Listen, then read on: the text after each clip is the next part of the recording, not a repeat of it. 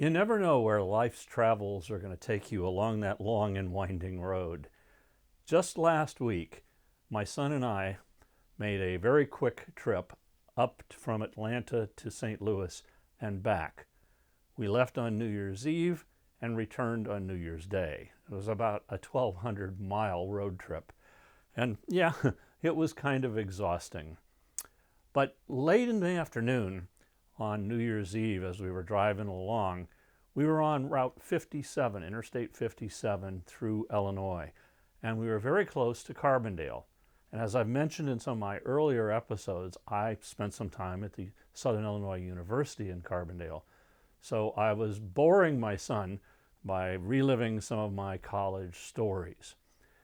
Now, it was a very rainy and cloudy day, and it was getting late in the day, so the light wasn't very good. But as I was driving along, I glanced out of the window, and we're on an interstate, so I had to look across the other lanes of the interstate, and there was a field, and in the field I could see the back of a billboard. And the billboard looked like it was the shape of a guy's head, and he was holding the guitar. And I thought to myself, well, that's kind of weird. And we drove a little bit further, and as we continued, I looked in the rearview mirror as we went past, and yeah, it was a guy holding a guitar, and to me, it sure looked like it was George Harrison. But what would George Harrison, a billboard of George Harrison, be doing out in the middle of the field somewhere in Southern Illinois? But we had no time to stop, so we just pressed on.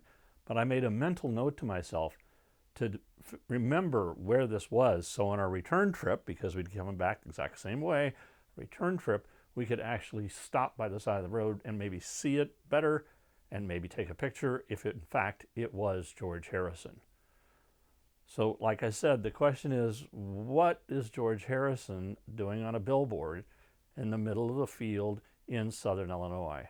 Well, that's the story. You ready to find out? Let's drop the needle.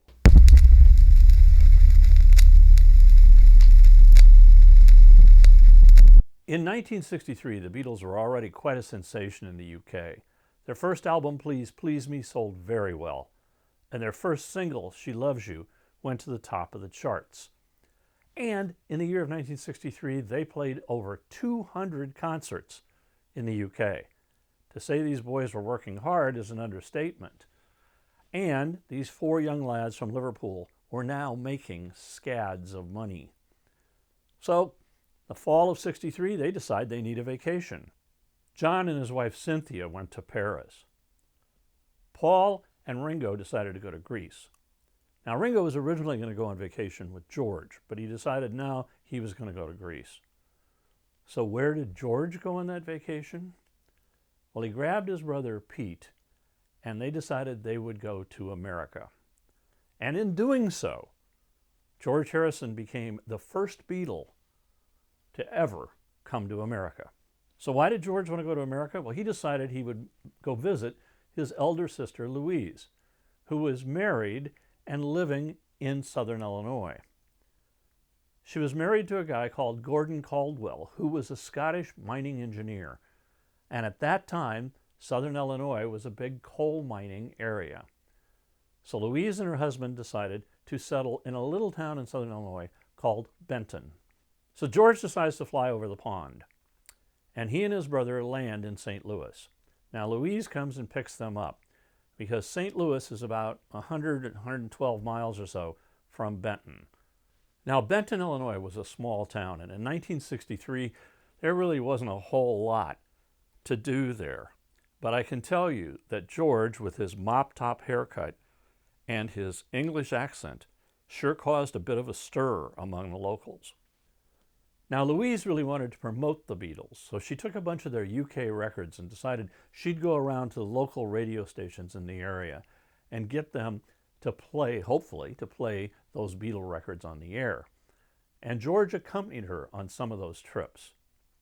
Now, as it turns out, Louise had a neighbor, Warren Batts, who also played guitar.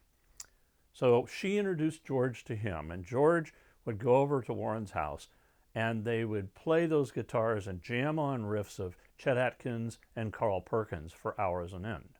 Now, the most popular band in the Benton area was a band called the Four Vests. And their bass player, Gabriel Gab McCarty, was also, during the day, a local delivery man. And so he was delivering something to Louise's house one afternoon, and she was playing the Please Please Me album. And so they got talking, and of course, Louise introduced him to George. They hit it off, since they were both in bands, but I think the Four Vests were much more popular in Benton because no one had ever heard of the Beatles. But as it turns out, the Four Vests were playing at the VFW Hall. And so Louise and George decided to attend that performance. The members of the group repeatedly asked George to come up on stage and play with them. He declined, so they asked him again, and finally he did. He walked up on stage, grabbed one of the guys' guitars, and they started playing. And this is the first time any one of the Beatles ever played in the United States. On that stage, George Harrison played Your Cheating Heart, Johnny Be Good, and a song by Carl Perkins that the Beatles would later cover, Matchbox. While in Benton, George had the unique opportunity, at least unique for him, to go to a drive-in movie theater. And he thought this was just amazing. And he commented about it. You parked your car by this thing that looked like a parking meter, but it wasn't a parking meter, it was a speaker, so you could hear the movie, and then you watched the movie from sitting in your car. And he also commented that this concept would never catch on in the UK, because the only part of the movie you'd be able to see was between the swishing of the wiper blades, because it was always raining in the UK. George had a lot of interesting experiences around Benton, Illinois. One particular afternoon, he drove up to nearby Mount Vernon and went into Fenton's music store, where he saw a Rickenbacker 451 guitar that looked very much like the guitar that John Lennon was playing, so George knew that he wanted it. But the problem was, the guitar in the store was red, and Lennon's guitar was black. So George said to the owner, I'll buy that guitar, but you have to refinish it and make it black. And the owner didn't really want to do it, but George said, yeah, that's what I want. And so a few days later, he came back to the store and paid the owner $400 for the now black Rickenbacker guitar. He went back to London and used that guitar when they recorded I Want to Hold Your Hand. In 2014, that very guitar was sold at auction. Now remember, George paid $400 for it. What do you think it got when it sold at auction? $657,000. The locals remember George for his long hair, his English accent, the fact he was very soft-spoken, and he always looked pretty scruffy. So as the vacation was coming to an end, George and Pete grabbed up a whole bunch of record albums and singles. One of those was the James Ray single, Got My Mind Set on You, which of course George would make a hit of years later as a solo artist in 1987. Now George and his brother spent a few days in New York and then returned to London in October of 1963. And life continued on in the small little town of Benton, Illinois.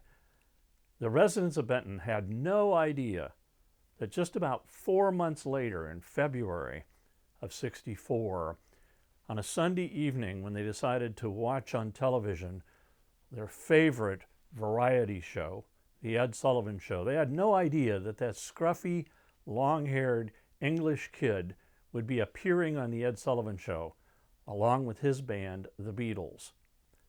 And that night, the Beatles changed not only Benton, but all of America. When a California artist called John Kearney heard this story about George being in Benton, he decided he wanted to create a piece of art to commemorate that. Because literally, you could drive right through Benton and you would never know that George Harrison had been anywhere near that town. So he talked to the city and they agreed they'd give him a piece of land right next to the interstate. And he set to work on creating his piece of art. Which brings us full circle to that billboard that I saw on the way up. Yep, that's what was created, so we stopped on the way down. And we got out and we took pictures of that billboard. And here I am standing in front of it. Now, as usual, I've created a Spotify playlist where you can listen to some of the songs that I've talked about in this episode. And here's the link, and I'll also put it in the comments below. So now you know the story of how George Harrison became the first Beatle to come to America, to be the first Beatle to ever play music in America. Thanks for watching, and I guess if there's a moral in this story, it is on your next road trip, keep your eyes open, because you never know what you're going to find on that long and winding road. Thanks for watching, and keep a-rockin'. If you liked this episode, hit the like button, and you can also leave me a comment down below, and I'll respond to you. If you subscribe, we'll let you know when future episodes come out.